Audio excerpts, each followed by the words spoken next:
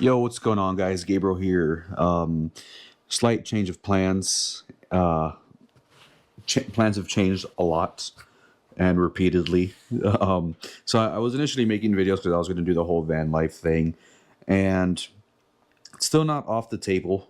I'm still planning on living that lifestyle in some sort of way. I don't know exactly how I'm going to be doing it, just because the variables, the details are kind of all over the place with how I can go about doing it. There was a lot of different things that I was planning on doing. One, for example, was initially obviously building out the van. I ended up purchasing. I don't know if you guys can see it there. I have two Renogy 200-watt solar panels. They're right there. They're in storage right now because obviously I never bought the van. So I have just two 200-watt solar panels just chilling there.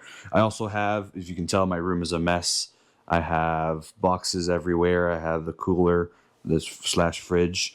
That white box down there is a storage bin filled with all of the different things that I was going to use for the van build. I ended up preemptively purchasing a lot of things, which are not, most of them are not going to go to waste. Some are going to go to waste, unfortunately.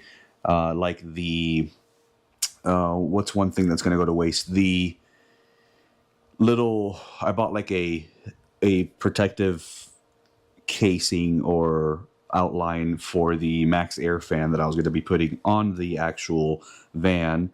That was only like $70, so it's not that big of a loss. But most of the things that are inside there, I'm going to show you in a second. It's just a lot of like wiring, a lot of tools for building out the van, which a lot of those tools I ended up needing anyways. So I'll be able to use them for future projects, like the jigsaw, the tool to put the little riv nuts or the rivets, whatever they're called, into the actual wall of the van, so that I can drill and bolt some 2x4s to the wall of the van to be able to screw things in. That sort of stuff, I'm still going to be getting some use out of them, fortunately. But I've been trying to use ChatGPT here to really figure out what I can do, because I just found out an uncle of mine has a travel trailer that I can basically use and potentially take over and purchase from him at some point for a really, really good price relative to what they're selling for, like at dealerships and stuff. And it's in great condition. They've only used it a handful of times. So that's kind of the route that I'm thinking of going. But before I do anything like that, I have to obviously get a truck. And I already have a Corolla. My Toyota Corolla is a 2022, and I could probably sell that thing. I probably have like $4,000 or $5,000 in equity on that thing, but it will definitely be a higher monthly cost in order to get the actual van or to get the truck. So that's going to be another expense if I decide to go that route, which was basically financing a truck, which I've always wanted a truck. So because the truck's going to give me a lot of freedom for just doing things like camping out of the bed. So putting a topper on the truck and being able to camp out of it. I'm not kind of stuck with just the van. And obviously the truck is going to give me a lot more freedom with being able to tow things. So yeah, that's the big thing that I'm kind of wrestling right now is, do I get the van or do I get the truck plus travel trailer combo? Another big thing that I really like about the travel trailer combo with the truck is that if something were to happen to my truck's engine, I can just park the travel trailer at a park or somewhere while the truck is being worked on and have a place to kind of chill out and sleep and not be too worried about that. Versus with a van, if something happens to your car, your van, and you're somewhere where you have to you're beholden to some mechanics that are out in the middle of nowhere, they're going to be working on your van, but the actual time period that it's going to take for your van to get repaired might be days, weeks, months. You really have no idea, depending on what's going on with the van.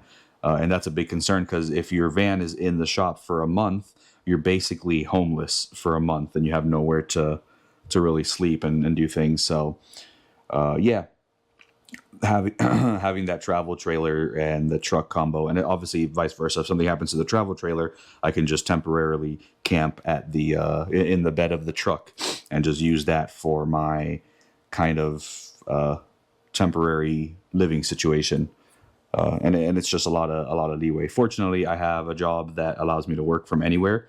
I'm actually working right now while recording this video. It's just there's a lot of downtime right now, not too many calls, but yeah, it gives you a lot of leeway. So that's the big plan right now is figuring out what am I going to do with regards to being able to get out there and travel, which is what I ultimately want to do, while also not breaking the bank. And I'm estimating that, obviously not including groceries and all the other stuff that's going to be things that are expenses anyways. But for my primary bills, estimating the truck is probably going to be about $500 a month, at least for the foreseeable future. The trailer is about $250 a month. That right there, you're at 750, and then obviously the insurance for the truck and the trailer, you're probably looking at another 150 to 200 a month. So we're under 1,000, and that gives us a decent size because the trailer is actually a decent size. I'm actually going to go and record the trailer to show you guys what it looks like. I'll actually pull up real quick on. Yeah, so this is the 2022 version, but they're basically the same. And you can see that this one's listed for about 19,000, 20,000, which is what I would be getting the 2024 model with just very, very little use. So let's go ahead and just kind of show you what the inside looks like. There's like when you first walk in, you have the little walk-in area right here. You have a bathroom, you have a decent sized fridge with a freezer, you have a microwave, you have a little dinette, you have a little couch, 2 burners, the microwave, a little sink. You see you have a little couch on the opposite side where you have the bed. You also have a place to mount the TV. You have the bathroom, which with a full bathtub, or not bathtub, but a standing shower. But yeah, so right here you can kind of put the actual TV and just have a little area for the TV. And so, yeah, I'm leaning in this direction to be able to travel and kind of get a feel for that whole lifestyle without fully committing, fortunately. And that's just one of many plans. So if you look in this darkness right here, turn the lights on, I've purchased a jet ski. And now this jet ski is also influencing my decisions a lot because I love riding this thing. It's a great time to take it out and have a good time. And having this has given me a lot of influence in staying near the ocean, near beaches. Obviously, you can ride in lakes and stuff, but it's still, I don't know. Personally, I love the salt water. So just getting into the salt waters is really, really nice and peaceful. But yeah, that's influencing my behavior or my decisions as well, because if I have a truck and a trailer combo, obviously I cannot pool the jet ski. So I'll have to end up leaving that behind, which is not a big deal. I'll just obviously have to come back periodically to be able to ride the jet ski. But yeah, that was a little celebratory purchase I made because I paid off all my credit card debt. I had at some point, I think I had like $15,000 in credit card debt, and I paid it all off, fortunately. And when I paid off the credit card debt, I celebrated by getting back into debt. And it is 0% finance, and I did get a killer deal on the jet ski, fortunately. So it is not a terrible financial decision, especially for the fun that I can actually have with it. And I am decently mechanically inclined, so I can actually work on it if something were to happen to the jet ski. So yeah, that's kind of where my head's at. It's been a lot of ruminating, a lot of making my mind up in one way, and then variables change or new things get introduced that allow me to kind of go in a different route. And it's really exciting because I want to be out on the road. I want to be out going to different states, different cities, and just experiencing the other portions of the country that I've really never seen, and at least doing that for some time. And then also another thing that the travel trailer truck combo allows me to do, which if you're planning on doing this, just more ideas for you. One of the other things that it allows me to do is it will allow me to eventually, which what I ultimately wanted to do is buy land. And once I buy land, I can just park the travel trailer there, and just have that as the kind of home base, and potentially build myself a cabin, build myself a little house, and yeah, have a place to live for a lot less than what it would cost for me to purchase a home. And obviously, homes are going to be more comfortable; they're more secure. But I don't know. I personally don't lean in that direction in regards to the kind of lifestyle that I want to be living. And yeah, so that is another possibility, another thing that I can do. And yeah, so I don't know. I wanted to get my thoughts out and share that with you guys, give you guys an update. I know I made 2 videos or 3 videos back to back talking about van life.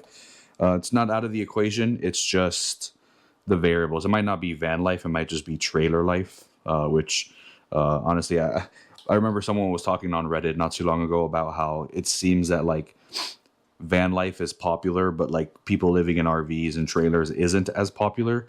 And I found that to not be true. There are as many. What I realize is we get stuck in these echo chambers of like watching YouTube videos. So you'll watch YouTube videos of a certain topic, and that topic becomes kind of the primary thing that YouTube recommends to you, and you start to get enmeshed in like this world of the thing that you're watching. So if you watch a lot of van life content, you end up getting sucked in, and all you get recommended is van life, and it doesn't seem to be as popular to get recommended things like trailer. But if you start searching up trailers and travel trailers and stuff, you'll start getting recommended a lot more travel trailer content, and then you'll get sucked in, and you'll realize there's as many, if not more, views in that topic. And it's cool. There's like all these niche communities around all these different topics. So something to keep in mind. And yeah, so I'll let you guys go. Thank you guys for watching. Stay tuned. I'm going to be doing, I have some plans for going out and doing things like taking the jet ski out and taking you guys with me to do some like island camping. I want to find some islands that actually permit it, that allow you to camp on the actual island without getting in trouble. And obviously monitoring the logistics of that, because going out to an island, you have to be well prepared to stay there overnight, because islands are some islands go underwater at the end of the day when the tide rises, and some islands are just scattered with creatures, alligators, boars, coyotes, wild dogs, mosquitoes is another big thing. So you have to make sure you bring shelter to be able to be protected from the environment, and all that sort of stuff. So planning the logistics of that, and doing some like island survival kind of stuff is also in the works, and should be exciting to see what I come up with. And I don't really plan all that well. I kind of just throw myself in and figure things out. That's just been my natural temperament since I was little, my own personality. But yeah, will definitely be an adventure, and we'll have some recorded proof of it. So thank you guys for watching, and I'll catch you guys in the next one. Peace.